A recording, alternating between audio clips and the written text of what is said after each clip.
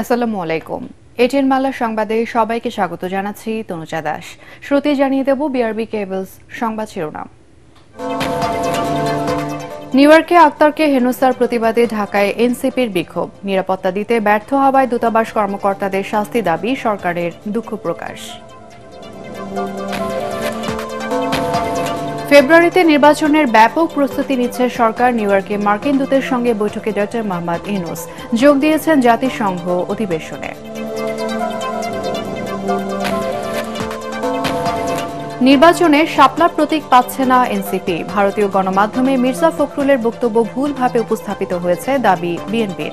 অসত্য বক্তব্যের নিন্দা জামাতের। পিছিয়ে গেল চাকসু নির্বাচনও। 12 অক্টোবরের পরিবর্তে 15 অক্টোবর নির্ধারণ। কারচুপির অভিযোগ তুলে পুনরায় জাকসুর ভোট গ্রহণ দাবি ছাত্রদলের।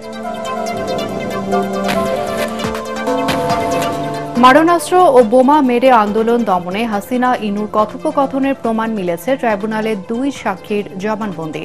কল রেকর্ড নিয়ে প্রশ্ন আসামি পক্ষের। শুনছিলেন বিআরবি কেবলস সংবাদ শিরোনাম, এবারে বিস্তারিত। নিউ ইয়র্কে প্রধান উপদেষ্টার সফর সঙ্গী এনসিপি নেতাদের নিরাপত্তা দিতে সরকার ব্যর্থ হয়েছে বলে অভিযোগ করেছেন দলটির আহ্বায়ক নাহিদ ইসলাম। দলের সদস্য সচিব আক্তার হোসেন এবং সিনিয়র যুগ্ম সদস্য সচিব ডাক্তার তাসনিম জারাকে হেনস্থার ঘটনায় নিউ ইয়র্কের কনসাল জেনারেলের পদত্যাগ চেয়েছেন তিনি।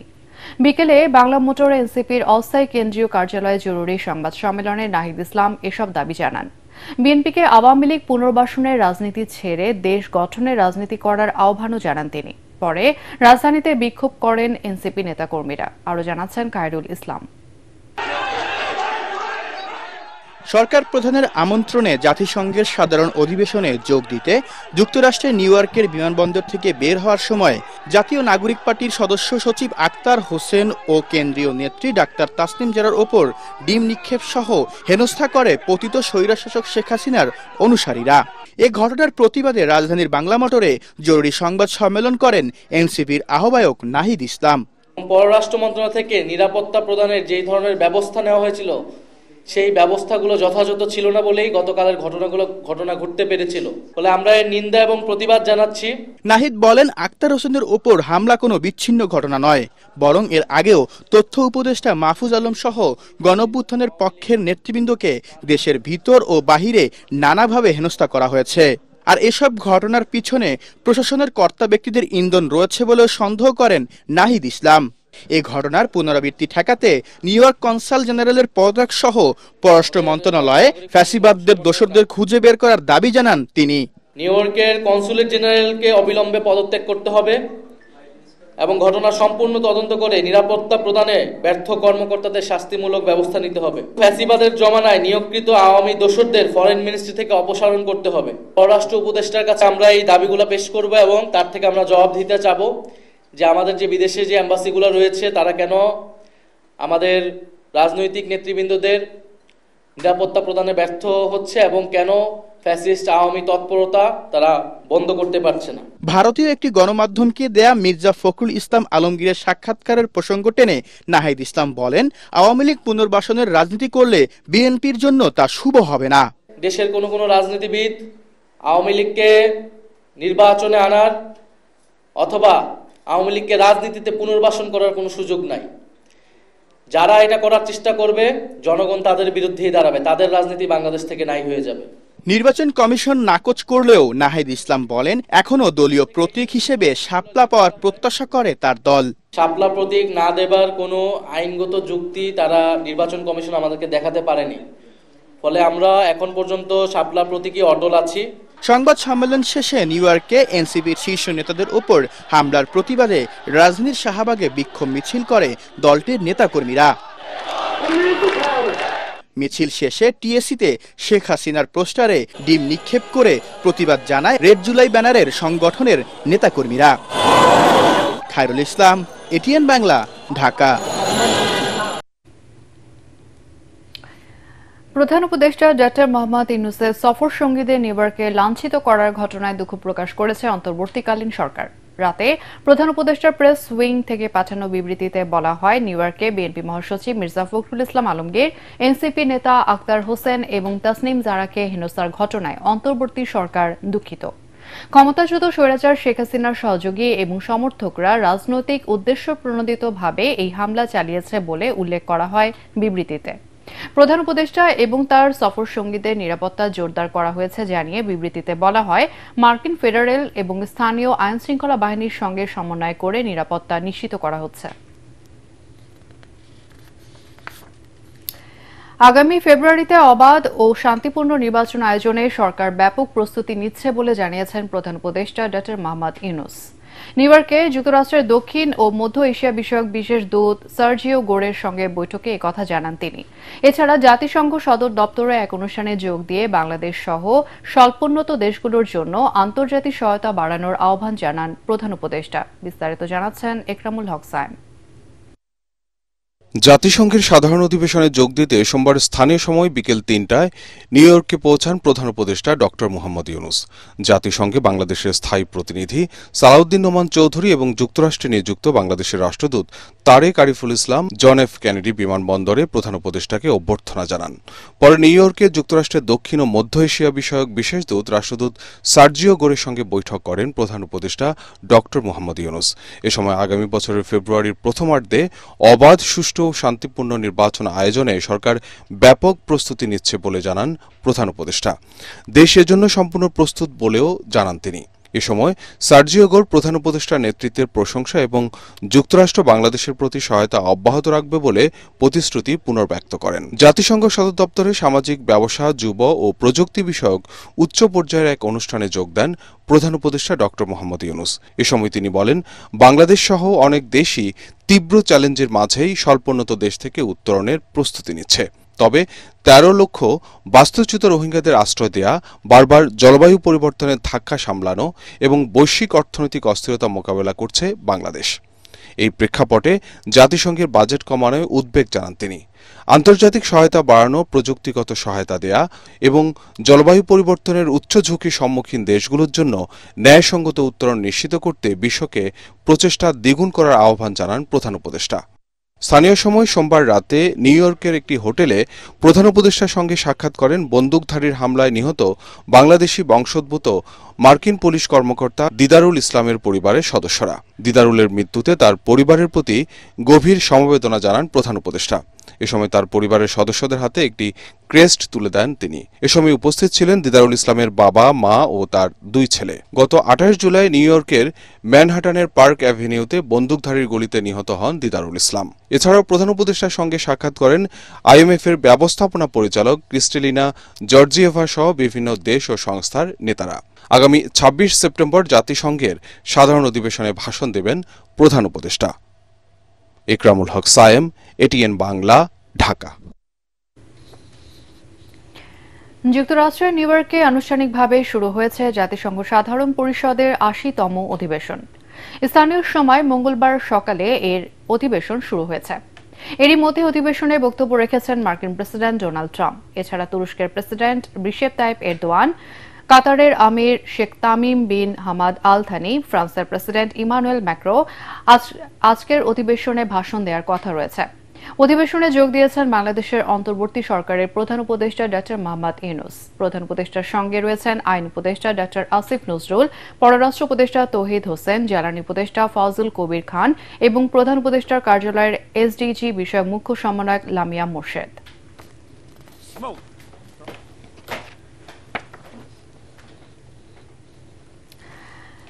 জাতীয় নির্বাচনে শাপলা প্রতীক পাচ্ছে না এনসিপি। নির্বাচন কমিশনের সচিব আক্তার আহমেদ জানিয়েছেন, তাদের ১১৫টি সংরক্ষিত প্রতীকের তালিকায় শাপলা নেই। ত্রয়োদশ জাতীয় সংসদ নির্বাচনকে সফল করতে ২৮ সেপ্টেম্বর থেকে রাজনৈতিক দল এবং অংশীজনদের সাথে নির্বাচন কমিশন ধারাবাহিকভাবে মতবিনিময় করবে বলেও জানান তিনি। বিস্তারিত জানাচ্ছেন সৈয়দ রিয়াজ। সুষ্ঠু ও নিরপেক্ষ ত্রয়োদশ জাতীয় সংসদ নির্বাচন অনুষ্ঠানের লক্ষ্যে নির্বাচন কমিশন বিভিন্ন কর্মপরিকল্পনা বাস্তবায়ন করে চলেছে। প্রতিষ্ঠানের দৈনন্দিন কাজের অগ্রগতি জানাতে আগারগাঁওয়ে কমিশন সচিবালয়ে আয়োজিত ব্রিফিংয়ে ইসি সচিব বলেন, চলতি মাসের 28 তারিখ থেকে বিভিন্ন অংশীজনের সাথে ধারাবাহিক বৈঠক করবে কমিশন।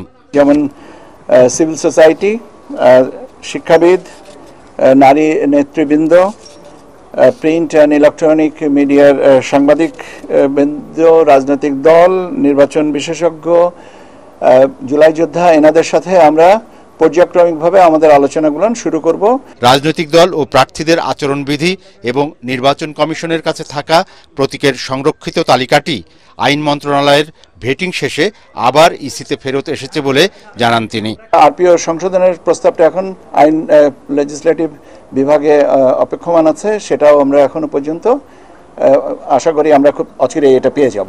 নির্বাচন কমিশনের তালিকায় সংরক্ষিত প্রতীকগুলোর ভেতর থেকে যে কোনো একটি দলের জন্য বাছাই করতে হয় জানিয়ে আক্তার আহমেদ বলেন, এতে শাপলা প্রতীক না থাকায় তা কোনো রাজনৈতিক দলকে দেয়া সম্ভব নয়। এনসিপি শাপলা প্রতীক পাচ্ছে না, কারণ হচ্ছে যে আমাদের 115টার যে শিডিউলটা করা হয়েছে সেখানে শাপলা প্রতীক নেই। নতুন রাজনৈতিক দলের বিষয়টি পর্যালোচনায় আছে জানিয়ে সচিব আরও বলেন, খুব শিগগিরই তাদের নিবন্ধনের বিষয়টি চূড়ান্ত হবে।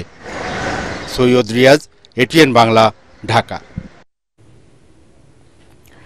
30টি আসন না দেয়ায় জামাত বিএনপির উপর চাপ সৃষ্টি করছে, এই শিরোনামে ভারতের একটি সংবাদ মাধ্যমে দেয়া বিএনপি মহাসচিব মির্জা ফখরুল ইসলাম আলমগীরের বক্তব্যটি ভুলভাবে উপস্থাপিত হয়েছে বলে দাবি করেছে বিএনপি মিডিয়া সেল।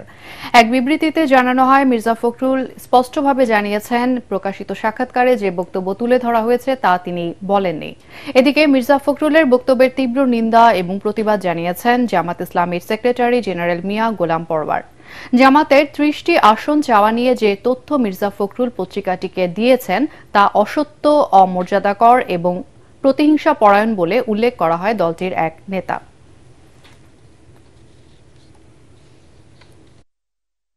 আমাদের জানা মতো এটা একটা অসত্য বক্তব্য। এই ধরনের কোনো আলোচনা বিএনপির কারোর সাথেই হয় নাই, ওনার সাথে তো না, কারোর সাথে আমাদের হয়নি। সরকারের কাছে তো দাবি দিতে হয়, অন্তর্বর্তীকালীন সরকারের কাছে আমাদের এই দাবি যেন কাকে চাপে রাখা বা কাকে খুশি করার জন্য এটা আমরা করি নাই। এটা আমরা জনকল্যাণেই ভেবেচিন্তেই আমরা এটা দিয়েছি। এটা শুধুমাত্র তো আমাদের দাবি না, এখন এটা একটা অর্থে বলা যায় এটা একটা জাতীয় দাবিতে পরিণত হয়েছে। আরো অনেকগুলো রাজনৈতিক দল পিআর চাচ্ছে, হয়তো ফুল পিআর সবাই চাচ্ছে না, কিন্তু কোনো না কোনো ফরম্যাটে তো পিআর চাচ্ছে। গণহত্যাকারী কার্যক্রম নিষিদ্ধ দল আওয়ামী লীগকে পুনর্বাসনে একটি চক্র গোপন মিশনে নেমেছে বলে দাবি করেছেন বিএনপির সিনিয়র যুগ্ম মহাসচিব রুহুল কবির রিজভী। তার মতে চক্রটি পতিত স্বৈরাচারের সহযোগিতার রাজনৈতিক উদ্দেশ্য হাসিলের চেষ্টা করছে। এদিকে বিদেশের রাজনৈতিক নেতৃবৃন্দের উপর হামলা করে পতিত স্বৈরাচার দেশের ভাবমূর্তি নষ্ট করেছে বলে অভিযোগ করেছেন দলের স্থায়ী কমিটির সদস্য সেলিমা রহমান। রাজধানীতে আলাদা অনুষ্ঠানে তারা এসব কথা বলেন। আরো জানাচ্ছেন মইনুল আহসান। যাকে মনোনয়ন দিবে তার জন্য সকলে আপনারা। ত্রয়োদশ জাতীয় সংসদ নির্বাচনে বিএনপির সম্ভাব্য প্রার্থীদের কাউকে এখনো দলের পক্ষ থেকে সবুজ সংকেত দেয়া হয়নি বলে দাবি করা হয় এই সংবাদ সম্মেলনে। নয়াপল্টন কেন্দ্রীয় কার্যালয়ে ব্রিফিংয়ে বিএনপির সিনিয়র যুগ্ম মহাসচিব রুহুল কবির রিজভী বলেন, কিছু সংবাদ মাধ্যম সম্ভাব্য প্রার্থী তালিকা নিয়ে সংবাদ প্রচার করে বিভ্রান্তি ছড়াচ্ছে। বিএনপির মনোনয়ন দেওয়া হয় তার নিজস্ব গঠনতান্ত্রিক উপায়, কোনো সবুজ সংকেতের মাধ্যমে নয়। জাতীয় সংসদ নির্বাচনের কিংবা যে কোনো নির্বাচনে দলের প্রার্থী মনোনয়নের দায়িত্ব পার্লামেন্টারি বোর্ড পালন করে। যাচাই বাছাই করে যোগ্য ও সর্বোপরি জনগণের কাছে গ্রহণযোগ্য জনপ্রিয় ব্যক্তিকেই বেছে নিয়ে তাদের নাম প্রকাশ করা হবে। সবুজ সংকেত নয়। দলের ভারপ্রাপ্ত চেয়ারম্যান জনাব তারেক রহমান প্রতিটি এলাকায় ঐক্যবদ্ধভাবে কাজ করার সুনির্দিষ্ট ও যথাযথ নির্দেশনা দিচ্ছেন। বিএনপির এই মুখপাত্র দাবি করেন, নিজেদের স্বার্থে একটি মহল গণঅভ্যুত্থানে ক্ষমতা হারানো আওয়ামী লীগকে পুনর্বাসনের চেষ্টা করছে। গণহত্যাকারী নিষিদ্ধ সংগঠন ফ্যাসিস্ট আওয়ামী লীগকে পুনর্বাসন করার গোপন মিশনে নেমেছে একটি চক্র। বিনিময়ে তারা পতিতদের সহযোগিতা নিয়ে রাজনৈতিক উদ্দেশ্য হাসিল করার স্বপ্নে বিভোর। ফ্যাসিস্ট সরকারের পতন যখন। এদিকে ঢাকা রিপোর্টার্স ইউনিটি মিলনায়তনে আলোচনা সভায় বিএনপির স্থায়ী কমিটির সদস্য সেলিমা রহমান বলেন, বিদেশের মাটিতে জাতীয় নেতৃবৃন্দের উপর হামলা চালিয়ে আওয়ামী লীগ নেতাকর্মীরা আবারও প্রমাণ করেছে তাদের সন্ত্রাসী চরিত্রের কোনো পরিবর্তন হয়নি।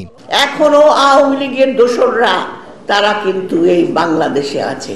এই আওয়ামী লীগের দোসরদের সঙ্গে কারা হাত মিলিয়েছে সেটা আমাদেরকে বুঝতে হবে। যারা চোরাগুপ্তভাবে এখন বিভিন্নভাবে মিছিল করছে, জটিভাবে যেখানে আন্দোলন করছে, এমনকি বিদেশে নিজের দেশের সম্মান ক্ষুণ্ণ করে চোরাগুপ্ত হামলা দিয়ে তারা চেষ্টা করছে তাদের কলঙ্কিত অধ্যায়টা আরেকবার পরিষ্কার করতে। একটি দল জাতীয় নির্বাচন পেছাতে নানা ষড়যন্ত্র করছে অভিযোগ করে তিনি বলেন, জনগণকে সাথে নিয়ে তা মোকাবিলা করবে বিএনপি। যে লড়াই 18 বছর আগে শুরু হয়েছে। মইনুল হাসান, এটিএন বাংলা, ঢাকা।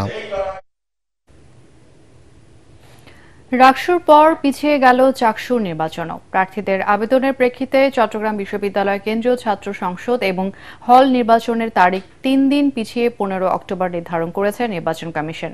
বিকেলে এ তথ্য জানিয়েছেন চাকসুর নির্বাচন কমিশনের সদস্য সচিব অধ্যাপক ডক্টর AKM আরিফুল হক সিদ্দিকী।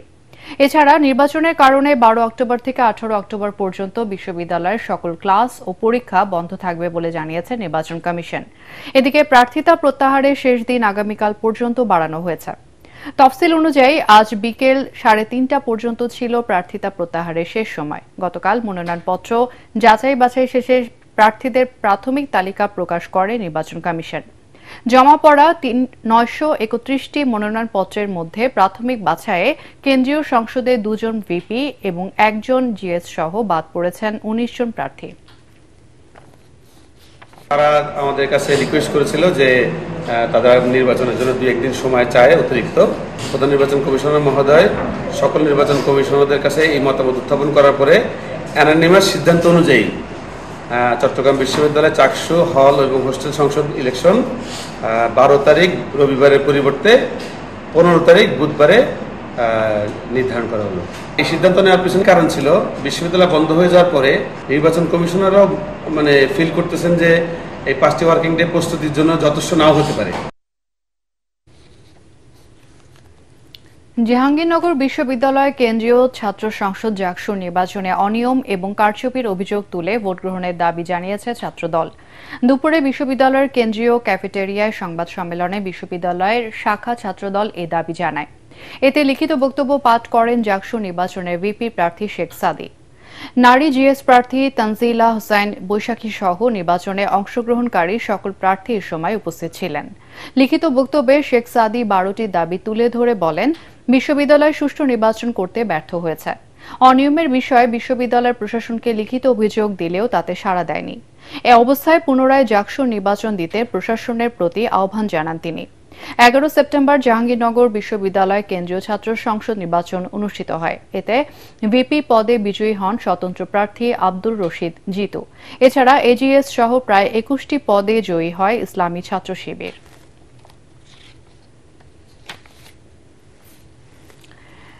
জুলাই আন্দোলনের সময় মারণাস্ত্র এবং বোমা নিক্ষেপ করে ছাত্র জনতার আন্দোলন দমনে সাবেক প্রধানমন্ত্রী শেখ হাসিনা এবং জাসদ সভাপতি হাসানুল হক ইনুর কথোপকথনের প্রমাণ মিলেছে।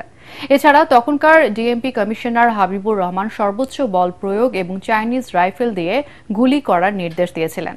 আন্তর্জাতিক অপরাধ ট্রাইব্যুনালে শেখ হাসিনা সহ 3 জনের বিরুদ্ধে মানবতা বিরোধী অপরাধের মামলায় 2 জন সাক্ষী তাদের জবানবন্দিতে এসব তথ্য দেন। তবে ওই কল রেকর্ড কৃত্রিম বুদ্ধিমত্তা বা এআই দিয়ে তৈরি কিনা সে বিষয়ে প্রশ্ন তুলেছেন শেখ হাসিনার পক্ষে রাষ্ট্র নিযুক্ত আইনজীবী। আরও জানাচ্ছেন হুমায়ুন চিশতি। 24-এর গণ আন্দোলনের সময় তখনকার প্রধানমন্ত্রী শেখ হাসিনার সাথে আন্দোলন দমনের পরিকল্পনা নিয়ে মোবাইলে কথা বলেন সাবেক তথ্যমন্ত্রী ও জাসদ সভাপতি হাসানুল হক ইনু।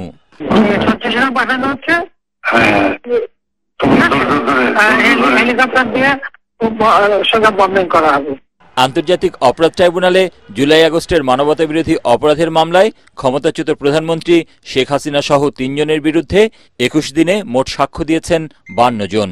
মঙ্গলবার 3 জন সাক্ষ্য দেওয়ার পাশাপাশি পুনরায় জবানবন্দি দেন সিআইডির ডিজিটাল ফরেন্সিক ল্যাবের expert SI Shahed Zobayer Lawrence. পুনরায় দেয়া জবানবন্দিতে লরেন্স নিশ্চিত করেন ফরেন্সিক পরীক্ষায় প্রমাণিত হয়েছে শেখ হাসিনা ও হাসানুল হক ইনুর কথোপকথন সত্য। জেরায় ওই কল রেকর্ড এআই দিয়ে তৈরি কিনা সে প্রশ্ন তোলেন রাষ্ট্রনিযুক্ত আসামি পক্ষের আইনজীবী। এআই জেনারেটেড নয়, এটা আমার সাক্ষী বলেছেন। উনি পরীক্ষাগারে পরীক্ষা করে রিপোর্ট দিয়েছেন যে 2 জনের বক্তব্য, অর্থাৎ শেখ হাসিনা যে কথা বলেছেন এবং হাসানুল হক যে কথা বলেছেন, সেগুলা তাদের যে প্রামাণ্য ভয়েস তার সাথে মিল আছে। এদিকে ডিএমপির ওয়্যারলেস অপারেটর কামরুল হাসান জবানবন্দিতে বলেন, গত বছরের 17 জুলাই তখনকার ডিএমপি কমিশনার হাবিবুর রহমান ছাত্র জনতার আন্দোলন দমনে সর্বোচ্চ বল প্রয়োগ ও চাইনিজ রাইফেল দিয়ে গুলি করার নির্দেশ দেন। তবে মূল অডিওতে কোমরের নিচে গুলি করার নির্দেশনা থাকলেও চাইনিজ রাইফেল ব্যবহারের কোনো কথা ছিল না। চাইনিজ রাইফেল দেখা কথাটা উনি বলেছেন বা বলেননি এই বিষয়টা ম্যাটার অফ আর্গুমেন্ট। উনি বক্তব্য দিয়েছেন, আমরা যখন আর্গুমেন্ট করব তখন বিষয়টা আমরা ডিফেন্স থেকে বলার চেষ্টা করা হয়েছে যে এটা আত্মরক্ষার জন্য করা হয়েছে, কিন্তু আমার সাক্ষী এটা পরিষ্কার করেছেন সেই দিন অর্থাৎ 17 জুলাই এ ধরনের কোনো পরিস্থিতির সৃষ্টি হয়নি। এদিকে আশুলিয়ায় 5 মরদেহের সাথে জীবিত একজনকে পোড়ানো সহ 7 জনকে হত্যার মামলায় ট্রাইব্যুনাল 2-এ চতুর্থ দিনে একজন সাক্ষ্য দেন। হুমায়ুন চিস্তি, এটিএন বাংলা, ঢাকা। পরকীয়ায় বাধা দেয়ায় স্ত্রীর 3 প্রেমিকের হাতে খুন হন ঢাকার ধামরাইয়ের অটোরিকশা চালক সাইদুর রহমান। এই হত্যার রহস্য উদ্ঘাটন করে সংবাদ সম্মেলনে পিবিআই জানিয়েছে, ধামরায় মুখ, হাত ও পা বেঁধে ছুরিকাঘাতে সাইদুরের হত্যা নিশ্চিত করা হয়। গ্রেফতারকৃত সদর আলী এবং আলমগীর অপরাধ স্বীকার করেছে বলে জানায় পুলিশ। মনির হোসেন তপুর রিপোর্ট। ধামরাইয়ের বাইশাকান্দার কেষ্টখালী গ্রামে ধানক্ষেতের পাশে 2023 সালের 28 নভেম্বর অটোরিকশা চালক সাইদুর রহমানের মরদেহ উদ্ধার করে পুলিশ। এই হত্যা তদন্ত শুরু করে আসামিদের শনাক্ত করে পিবিআই। এই হত্যাকাণ্ডের সঙ্গে জড়িত এনারা অশিক্ষিত বা অল্প শিক্ষিত হলেও ওনারা খুব চালাক। ধামরায়ে সাইদুরের স্ত্রীর সাথে ভাড়াটিয়া সদর আলী ও আলমগীরের সম্পর্ক গড়ে ওঠে। পরে তাদের সাথে যুক্ত হয় জুয়েল নামের আরেক যুবক।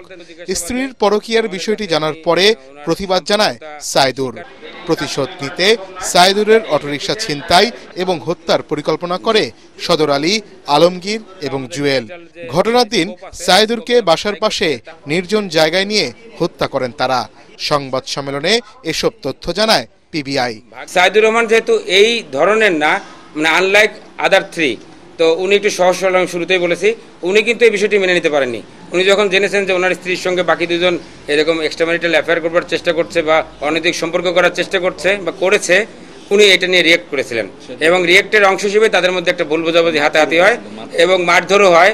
মানে তখনই তাদের মধ্যে এই যে রিভেঞ্জ নেয়, তখন 3 জন একসঙ্গে হয়ে যায়, 3 অপরাধী 3 ক্রিমিনাল একসঙ্গে হয়ে যায় যে আমরা তাহলে আমরা ওকে শায়েস্তা করব, ওকে ক্ষতি করব, ওকে শেষ করে দিব। তাহলে ও যদি চলে যায় তাহলে তার ওয়াইফ আমাদের। গ্রেফতারকৃত 2 আসামি আদালতে স্বীকারোক্তিমূলক জবানবন্দি দিয়েছে বলে জানায় পিবিআই ঢাকা জেলার পুলিশ সুপার কুদরতি খোদা। আমাদের হাই সোসাইটি, তারপরে মিড সোসাইটি অথবা লো সোসাইটি, যেটাই বলি না কেন, সব লেভেলে আমাদের একটি সামাজিক অবক্ষয় নেমে এসেছে। এটা আমাদের আসলে পারিবারিক শিক্ষা, সামাজিক শিক্ষা, এই বিষয়গুলোকে আমাদের গুরুত্ব দেওয়া উচিত। পুলিশ জানায় সাইদুরের অটোরিকশাটি 50,000 টাকায় বিক্রি করে নিজেদের মধ্যে টাকা ভাগ করে নেয় আসামিরা। এজাহার নামীয় আসামি জুয়েলকে এখনো গ্রেফতার করতে পারেনি পুলিশ। মনির হোসেন তপু, এটিএন বাংলা, ঢাকা। এবার পূবালী ব্যাংক বাণিজ্য সংবাদ।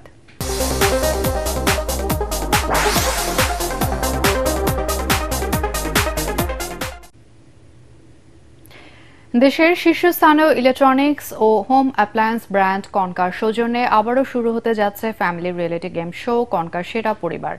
ব্যাপক দর্শক জনপ্রিয়তা পাওয়া এই অনুষ্ঠানটি এবার আসছে সিজন 4 নিয়ে।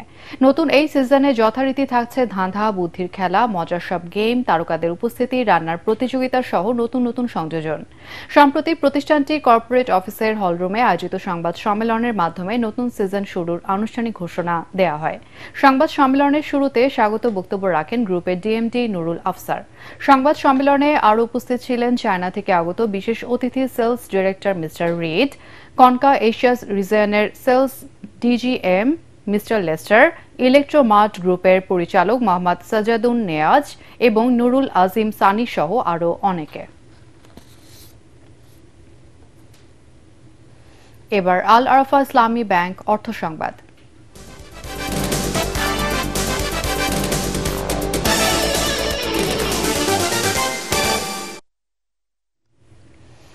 নির্বাচনকে সামনে রেখে আইনশৃঙ্খলা বাহিনীর জন্য ইউএনডিপির মাধ্যমে 40,000 বডি ক্যামেরা কেনার অনুমোদন দেওয়া হয়েছে বলে জানিয়েছেন অর্থ উপদেষ্টা ডক্টর সালেউদ্দিন আহমেদ। সচিবালয়ে অর্থনৈতিক বিষয় এবং সরকারি ক্রয় সংক্রান্ত উপদেষ্টা কমিটির বৈঠক শেষে এই কথা জানান তিনি। বডি ক্যামেরা কেনার পুরো টাকা সরকার দেবে বলেও জানান উপদেষ্টা। বলেন, অর্থ, সময় এবং স্বচ্ছতা নিশ্চিত করতেই টেন্ডার না করে ইউএনডিপির মাধ্যমে কেনা হচ্ছে এই ক্যামেরা। তার দাবি, নির্বাচনের জন্য ইসিকে যে বাজেট দেয়া হয়েছে এতে কোনো কমতি হবে না। সাংবাদিকদের প্রশ্নের জবাবে অর্থ উপদেষ্টা বলেন, ডলারের দাম স্থিতিশীল রাখতে বাংলাদেশ ব্যাংক বাণিজ্যিক ব্যাংক থেকে ডলার কিনছে।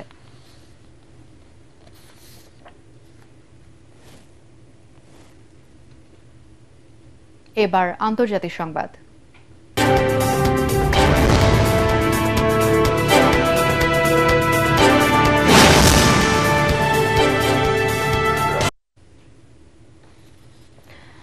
জাতিসংঘে আয়োজিত উচ্চ পর্যায়ের সম্মেলন শেষে ইসরায়েলের জন্য রেড লাইন বা বিপদসীমা ঘোষণা করেছে সৌদি আরব এবং ফ্রান্স। তারা স্পষ্ট জানিয়েছে, ফিলিস্তিনকে স্বাধীন রাষ্ট্র হিসেবে স্বীকৃতি দেওয়ার পর সেখানে বসতি স্থাপন বা দখলদারির চেষ্টা আন্তর্জাতিকভাবে রেড লাইন অতিক্রম বলে বিবেচিত হবে।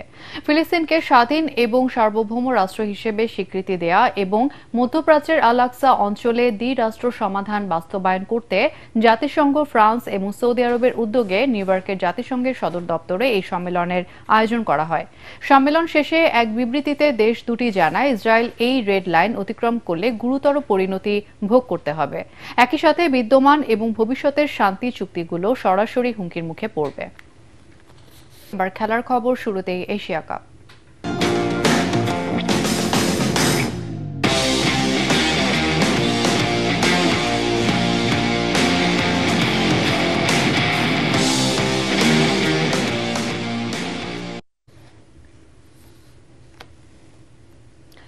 এশিয়া কাপে সুপার 4-এর ম্যাচ জয় পাকিস্তানকে 134 রানের টার্গেট দিয়েছে শ্রীলঙ্কা। দেয়ালে পিঠ থেকে গেলে পাকিস্তান যে কতটা ভয়ঙ্কর হতে পারে তা আবারও টের পেল শ্রীলঙ্কা। এশিয়া কাপে সুপার 4-এ নিজেদের প্রথম ম্যাচে পরাজয় দু দলের জন্যই ম্যাচটি হয়ে ওঠে বাঁচা মরার।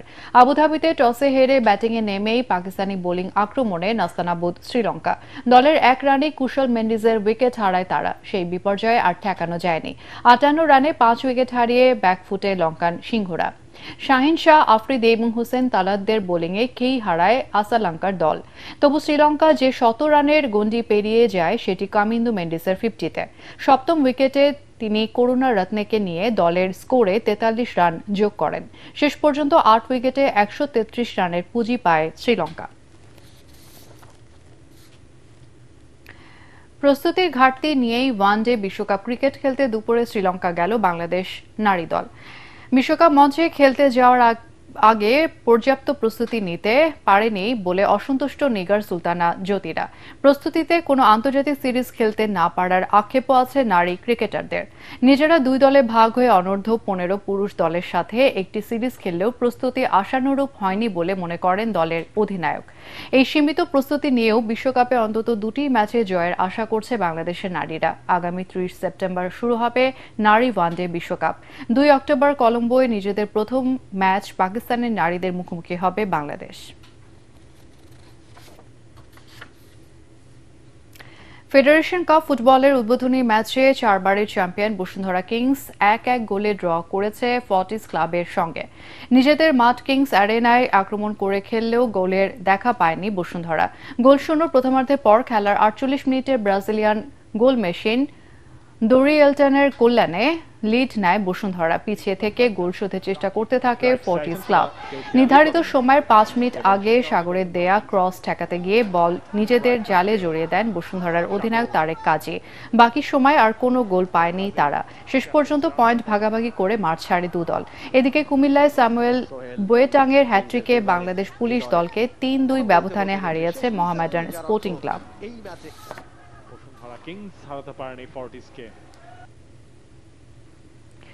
রাজশাহীতে DIG club DIG cup football টুর্নামেন্টে আলফা টিমকে হারিয়ে চ্যাম্পিয়ন হয়েছে চার্লি টিম। জেলার পুলিশ লাইন্স মাঠে প্রতিযোগিতার ফাইনালে চার্লি টিম 5-4 ব্যবধানে আলফা টিমকে হারিয়ে শিরোপা জিতে নেয়। টুর্নামেন্টে 4টি দল অংশ নেয়। ফাইনাল শেষে প্রধান অতিথি হিসেবে বিজয়ী এবং বিজিত দলকে পুরস্কৃত করেন রাজশাহী রেঞ্জের ডিআইজি মোহাম্মদ শাহজাহান। এ সময় বিশেষ অতিথি ছিলেন Rajshahi metropolitan police commissioner Abu Sufian, ATN বাংলার চিফ রিপোর্টার GM তসলিম।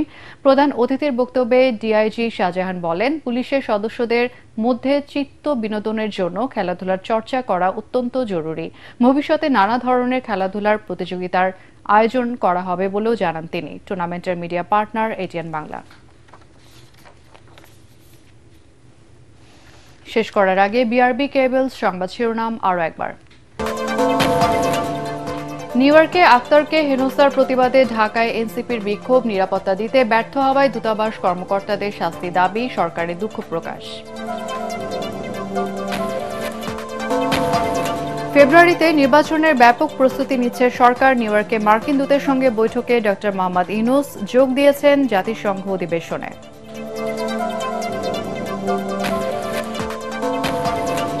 নির্বাচনে শাপলার প্রতীক পাচ্ছে না এনসিপি। ভারতীয় গণমাধ্যমে মির্জা ফখরুলের বক্তব্য ভুলভাবে উপস্থাপিত হয়েছে দাবি বিএনপির।